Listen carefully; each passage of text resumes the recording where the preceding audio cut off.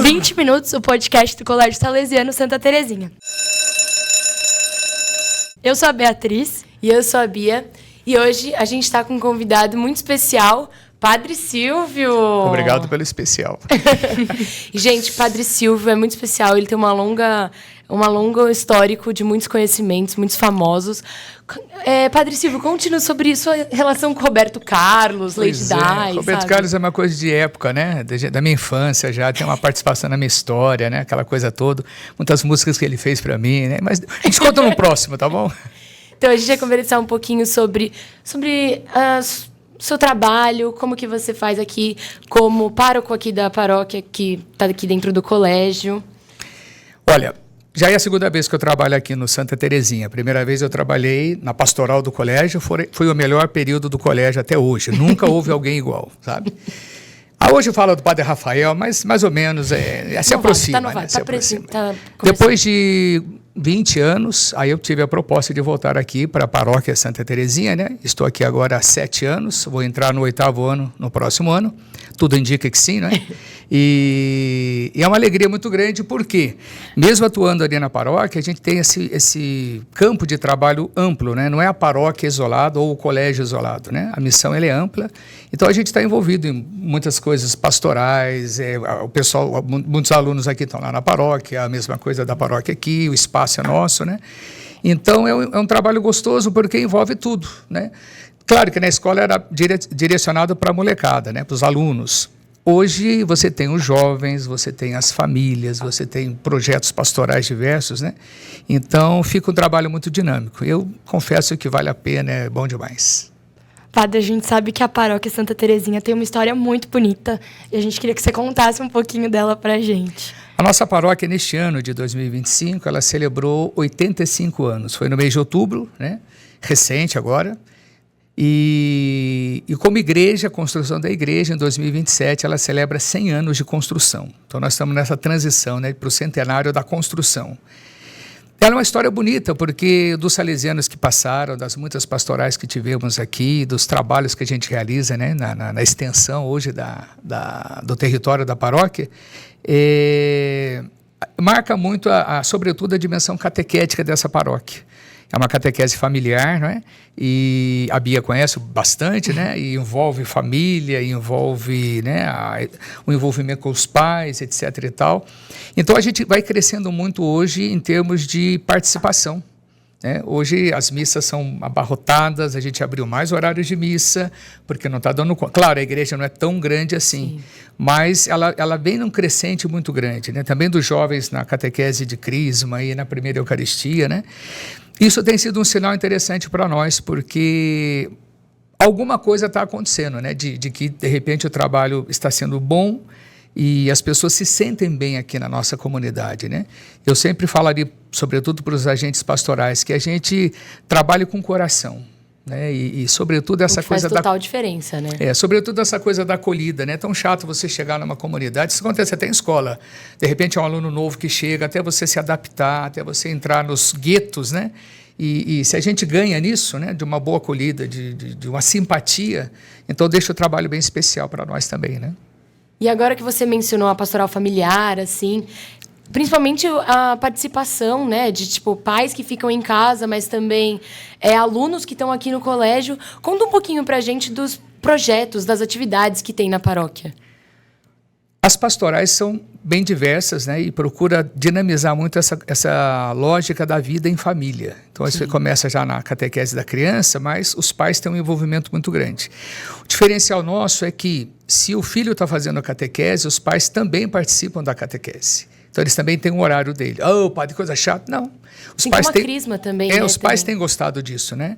Eles, aos domingos, né, enquanto os grupos estão nas suas respectivas áreas de formação, os pais se reúnem aqui no colégio, né, porque é um espaço maior, e passam eles também por um processo, não de catequese, mas um bate-papo, uma formação, né, uma atualização daquilo que a gente aprendeu lá atrás, no nosso tempo de catequese. Então, isso está trazendo muita gente também para o sacramento, né? A gente tem feito muitos hoje celebrações de casamento de pais que viviam juntos sem terem recebido, por exemplo, o sacramento. Né? Isso é muito bom para nós, né? Envolve toda essa dimensão espiritual mesmo, né? A gente está conseguindo trazer as pessoas a viver com a gente uma experiência grande. Isso para dizer, nessa dimensão. Depois, assim, cresceu muito o protagonismo dos jovens, né? Hoje a paróquia tem um grupo chamado JAES, da juventude, né? E é um grupo legal porque eles encaram tudo, parte teatral, projetos, campanhas, dias especiais, né? Então a gente vê que a juventude ela tem um diferencial aí. Não é um grupo que chega, vai sentar numa sala, ficar conversando ou rezando, que também tem o seu valor. Sim. O nosso grupo é bem salesiano, como é aqui, né? GAN, juventude, porque a gente não para. E essa é a ideia mesmo da gente ter uma dinamicidade da juventude, né, na paróquia. E por aí vai. Então, acho que são muitas frentes. PASCOM, né, Pastoral da Comunicação, dinamiza muito essa parte de informação, de agilidade, de rapidez, de um site mais dinâmico. Então, acho que tudo isso ajuda muito para o quesito evangelização. E acaba que também, às vezes, a gente tem aquela visão de que os pais que vão trazer a evangelização para os filhos, mas que acaba que dentro aqui de um contexto de escola, paróquia, tudo trabalhando junto, muitas vezes os próprios filhos que levam uma evangelização, uma educação de valores para dentro de casa, né? Perfeito. Acho isso é o ideal nosso, né? Se você consegue tocar o coração do jovem hoje, seja da forma como for, dentro de uma pastoral, dentro de uma aula, de uma formação específica, e consegue, de certa forma, fisgar, né, o coração dele, você ganha nele esse levar também a mensagem lá para casa, para onde ele está, para onde ele vai. E isso é fácil da gente perceber quando a gente conversa com os jovens no pátio ou numa confissão, né? Muitos que estão assim hoje atraídos nesse momento histórico, né, que de tanta confusão social, muitos jovens que estão bem voltados e querem ficar bem dentro, né, dessa dinâmica com a gente. Então isso é muito grande, muito legal. Aqui no Santa Terezinha, a gente vê que está tendo um movimento muito crescente, né, dos jovens sendo ativos com a igreja, com os projetos sociais. Como que você enxerga isso aqui na paróquia? É bom demais, né? Significa que Dom Bosco está funcionando, né? Está dando certo, né? E nos desafios que nós temos hoje, por exemplo, converso muito com o Padre Rafael, os demais salesianos da casa, a gente vê, também nós precisamos ir nos atualizando. O que a gente fez, o que eu fazia há 20 anos atrás, há 30 anos atrás, quando eu comecei nos Salesianos, não é mais o que você consegue fazer hoje, né? O modo de fazer, o sistema de fazer, o próprio oratório, né? Tem ainda aquela coisa da bola, do esporte e tudo, mas tem mais coisas que dá para a gente envolver, né? Hoje a tecnologia, os meios de comunicação, enfim, essa rede social, né? Então é um desafio grande para nós e ver a juventude crescendo aí é muito bom. Né, hoje tem fila de espera, a gente brinca, né? Todo mundo, Crisma já quer continuar no movimento, muitos jovens querendo semanas missionárias que estão crescendo demais, né?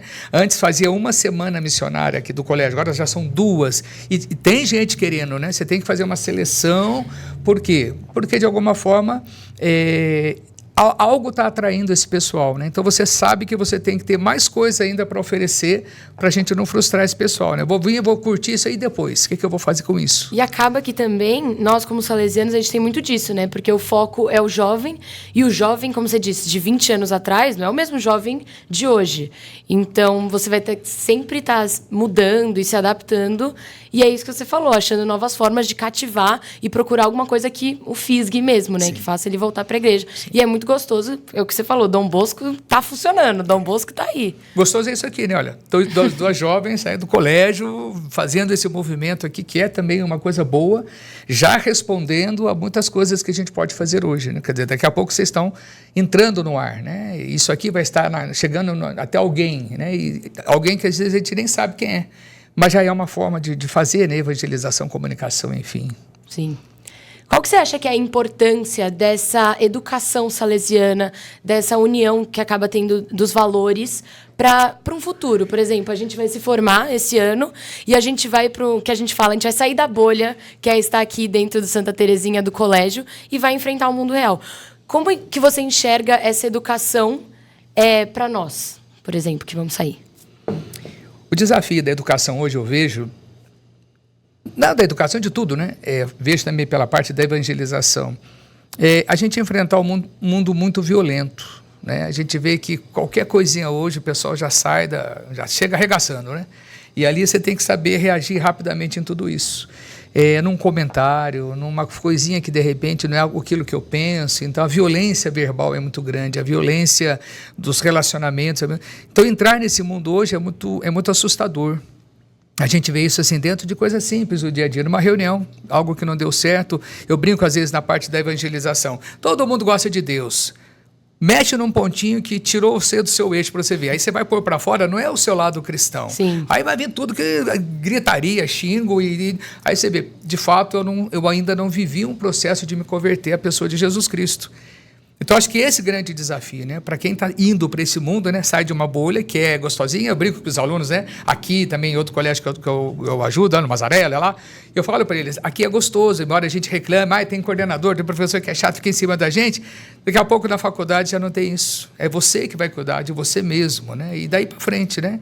Aí a gente acaba até sentindo falta de alguém que de vez em quando colocava a gente um pouquinho no eixo. Com certeza né? a gente vai sentir falta, não tenho sombra de dúvidas.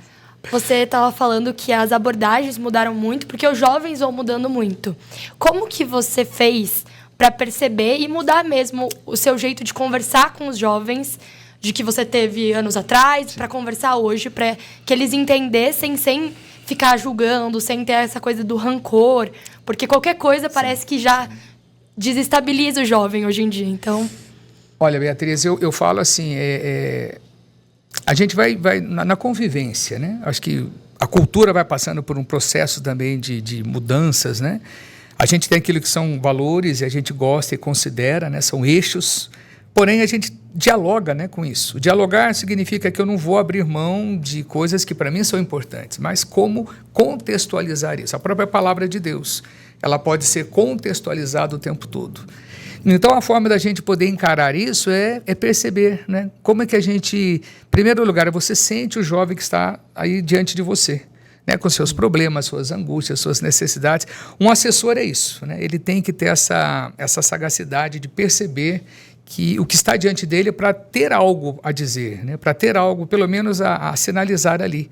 Nós não seremos resposta para tudo e nem para ninguém, mas se a gente consegue ser pelo menos assim um ponto de provocação, no sentido positivo, para que a pessoa faça algo melhor, eu acho que esse é o grande ideal, né? Então foi o processo também que eu fui vivendo, né? Antes era fácil você conversar, por exemplo, dentro de uma catequese.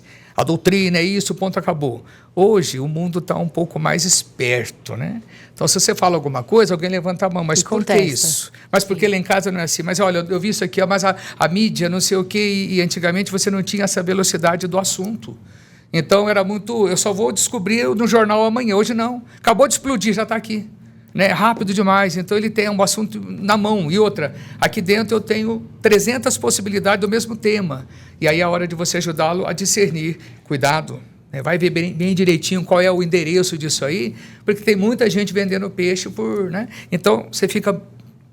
a gente começa a ter essa esperteza para ajudar também o jovem, a gente mesmo, né, a não ser enganado aí por tantas propagandas e tantas coisas ruins que estão passeando por aí afora, né? E não só 300 temas, né, mas 300 tipos de opiniões diferentes que vão de acordo, né, querendo ou não, falando dentro de uma igreja, que vão de acordo com valores. Sim. Que você tem que acabar direcionando aquele jovem para discerni-lo sobre qual que são os seus valores, qual dessas 300 opiniões que você está enxergando você vai, de fato, escolher de acordo com o que você considera que é certo. O modismo que a gente tem hoje, né? Hoje, por exemplo, você vai preparar uma pessoa para casar. Antigamente era simples casar, hoje não. Você tem um workshop de coisas, de atividade, como é que eu caso, roupa, esquema, novidade, um quer chamar mais atenção que o outro, e a gente acaba perdendo até o sagrado, no nosso caso. Nós temos que ter essa atenção no diálogo nosso de não deixar o sagrado se deteriorar no meio do modismo, né? Uma coisa é o sagrado, outra coisa é o... E dá para você casar bem, dá para encaixar bem as peças, né? E celebrar bem tudo, né? Dá para estar aqui, ali, acolá e fazer tudo bem legal. Acho que é uma dinâmica interessante. Não, e além disso, essa propagação de informação rápida na internet faz com que muitas vezes até passagens bíblicas fazem com que tenham interpretações muito equivocadas, é cada um falando de uma coisa, e aí muitos jovens acabam, né, enxergando essas passagens, essas interpretações como o real. E aí esquecem de perguntar para pessoas como você, né? Hoje é uma coisa interessante, a gente conversa no meio eclesiástico, assim, existem muitas pessoas falando de Deus nas redes sociais, né, nas mídias. E está ficando perigoso, né? Porque cada um tem a sua ideia, né? Eu, antes de falar a minha ideia, eu tenho que perceber, será que o que eu estou falando e pensando é de acordo com aquilo que está mesmo, né, no texto sagrado, da igreja que eu professo, né? Eu não quero ficar aqui causando impacto em ninguém. Eu acho que nessa hora o simples e o verdadeiro é o que é o mais nobre. E tem gente querendo gastar exatamente o chamar a atenção, né? E aí quem é fraco, entra. Você vai seguindo atrás dos falsos pastores, né, que estão por aí afora, né? E o próprio Jesus falava isso na Bíblia, cuidado com os falsos pastores, né? Isso já lá, né? Imagina nos dias de hoje. Então tem muita gente hoje que é muita balela e cansa, sabe? Eu, por exemplo, não dou conta mais, eu tenho muita preguiça de ficar vendo gente falando em redes sociais. Não, e aí a gente acaba voltando até aquele primeiro tópico que você falou, que tem muito aqui na Paróquia Santa Terezinha, que é a questão da pastoral familiar, que você falou, a pessoa fraca. Provavelmente a pessoa fraca, que vai entrar nessas histórias, é que não tem uma base forte, né? E a família, querendo ou não, onde você passou a sua infância, onde você se desenvolveu, que vai te dar uma base forte para justamente você não ser uma pessoa que vai ser levada por qualquer coisa, por qualquer historinha na internet, porque hoje em dia a gente tem muitas historinhas, né? E aí você acredita de acordo com quem você é, né? Exatamente. Gostando, viu? Vocês estão muito bem. E agora, Padre Silvio? Pode falar. A gente está chegando aqui em dezembro. O que você falaria como uma mensagem de Natal para os nossos telespectadores? Ho, ho, ho. Natal é sempre um tempo bonito, né? Estava outro dia conversando com o nosso provincial, que ele esteve na visita com a gente aqui, em novembro, e ele mesmo falava, é tão gostoso, né, o Natal. Eu costumo dizer que a quinta-feira, né, é como o mês de novembro, né? Ela vai antecipando as festas boas, né? Já é o prelúdio do Natal. O Natal é uma oportunidade que a gente tem, porque parece que o mundo para um pouco, né? A gente consegue ver umas mensagenzinhas de vez em quando na televisão, no rádio, aparece aquele Papai Noel. Parece que as notícias diminuem um pouco a intensidade, né, da violência. Ainda tem, né, de vez em quando passa um comercialzinho de coisa. Então parece que traz ainda alguma coisa de esperança. Eu confesso que eu gosto demais desse período, né? E é uma pena que o Natal, para muitos, acabe no dia 26 de dezembro. O meu continua, né? Mas se a gente pudesse, né, arrastar esse sentimento verdadeiramente de pessoas descomplicadas. Não vou desejar a paz para todo mundo, não. Seja descomplicado. Se a gente só for descomplicado, a paz chega, né? Então que esse Natal seja um tempo da gente descomplicar, né? Se eu sei que eu sou uma pessoa descomplicada dentro de casa, na minha família, no meu relacionamento, descomplique, né? E seja alguém que você promova onde você passar um pouquinho de coisa boa, né? Isso que é um Natal maravilhoso. O bebezinho vai bater palma no presépio, de tanta felicidade de saber que o ser humano está melhorando e é a coisa que Deus mais espera de nós. Um Feliz Natal para todo mundo. É isso, Feliz Natal para os nossos telespectadores.